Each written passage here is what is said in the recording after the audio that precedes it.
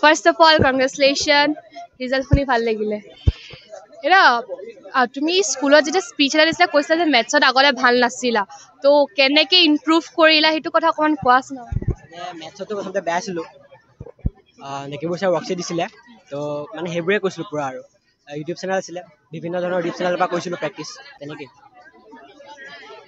মানে এটা মটিভেশ্যন আহিছিলে নে লাইক মই ভাল কৰিবই লাগিব এতিয়া, নে প্ৰেছাৰ কাইণ্ড অফ, নে সেইবোৰ মানে কেনেকে তুমি এটা গুড ৱেত ল'লা এণ্ড তুমিতো লাইক য়েছ মই এতিয়া ইম্প্ৰুভ কৰিব লাগিব এনেকুৱা টাইপত কৰিলা? মটিভেশ্যনো হয়, প্ৰথমতে বেয়া আছিলোঁতো মেথছত, ত' চবেই কৈছিলে মেথছত মানে ইমান স্ক'ৰ কৰিব নোৱাৰিবি বুলি, ত' মই ক'লোঁ ঠিক আছে আৰু নিজে ট্ৰাই এটা কৰি চাওঁ, ত' তেনেকৈ ট্ৰাই কৰি চালোঁ আৰু হৈ গ'ল।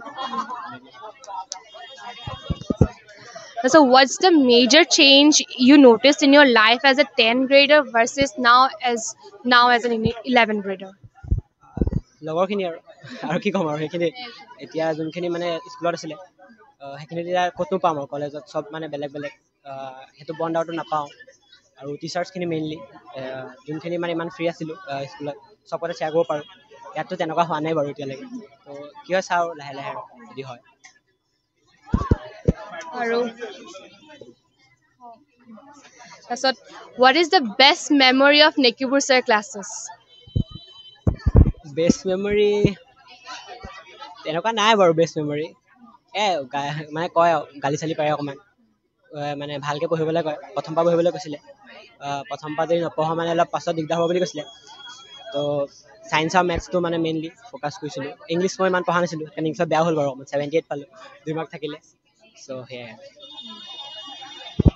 আৰু এনেকুৱা অকণমান লাইক ফান মুমেণ্ট এটা কোৱাচোন নেকিবুৰ ছাৰ ক্লাছেছ, মানে শুনি থাকোঁ কিবা না কিবা এটা হয়ে আৰু তোমালোকৰ বেটছত, ত' কিবা এটা মানে সদায় মানে ছাৰে ক'ক'কলা নিব কয়, ত' ক'ক'কলা আনো, আব্ৰাৰ মই চাকিৰ তেনেকৈ যাওঁ কোনোবা কোনবি, ত' গৈ মানে সদায় মানে কি হয় ক'ক'কলাটো আধা নাইকিয়া হৈ আহে মানে ৰাস্তাৰ পৰা, ত' আধা নাইকিয়া হয়, তাৰপিছত দেখে আৰু ছাৰে, তাৰপিছত কয় ক'লৈ গ'ল ক'ক'কলাটো, তাৰপিছত কোনেও নকয় আৰু, তাৰপিছত লাহে লাহে গম পায় আব্ৰাই খায়, মই খালোঁ বুলি গম পাওঁ, ছাৰে তাৰপিছত কয় কি হেৰি চিলটো লাগিব বুলি, আকৌ চিলটো কৰি দোকানৰ পৰা আনি দিয়ে, ত' সেইটোৱে তেনেকৈ গোটেই হাঁহি চাহি কৰোঁ, ধেমালি কৰোঁ আৰু সেইবিলাকে। মানসো আছিলে তাক মিছ কৰিছোঁ আৰু তাৰপিছত এটা তুমি যদি মেছেজ দিব বিচাৰিবা লাইক ইয়ৰ চেল্ফ, লাইক ইয়ৰ 10th grade চেল্ফ, তুমি কি ক'বা? মই ক'ম তোমালোকে বহুত ষ্টাডি মেটেৰিয়েলছ নল'বা, NCERT কৰিবা, তাৰ লগত NCERT এক্সাম্পলাৰ নহ'লে আৰিছামা, যিকোনো এখনে কৰিবা, আৰু সেই দুখনকে পূৰা কৰিবা, ৰাউণ্ড মানে পূৰা 4-5 ৰাউণ্ডছ কৰিবা, কিন্তু বহুত নল'বা মানে, এনেই মানে প্ৰেছাৰ হৈ যাব মাথাত পাছলৈ, চব মানে একদম যেতিয়া মানে টেবুলত থৈ দিবা এগালমান কিতাপ, আৰু টেবুলত মানে কিতাপ বেছিকৈ নথবাই, একোৱে নথবা কিতাপ, চব বেলেগত থবা, যোনখন পঢ়িবা সেইখন লৈ আহিবা লগত, সেয়া পঢ়িবা তাৰপিছত থৈ দিবা। আৰু লাইক এক্সামৰ আগত প্ৰেছাৰ নল'বলৈ কিবা টিপছ আছে নেকি? প্ৰেছাৰ নল'বলৈ মই মানে মেডিটেশ্যন কৰিছিলোঁ এক্সামৰ আগত, ত' মানে এক্সামৰ আগদিনাখনি অলপ দেৰি পঢ়োঁ, ৰাতি 10টা বজাত শুই দিওঁ, 4টা বজাত মানে এটা ক্লাছ হয়, তাতে মানে কি মানে ৰাতিটো যিটো পঢ়িলোঁ সেইটো ৰিভাইজ কৰা 4টা বজাত, ত' সেইটো কৰাৰ আগত মানে মই মানে এনেই হনুমান চালিচা তেনেকুৱা টাইপৰ শুনিছিলোঁ মানে।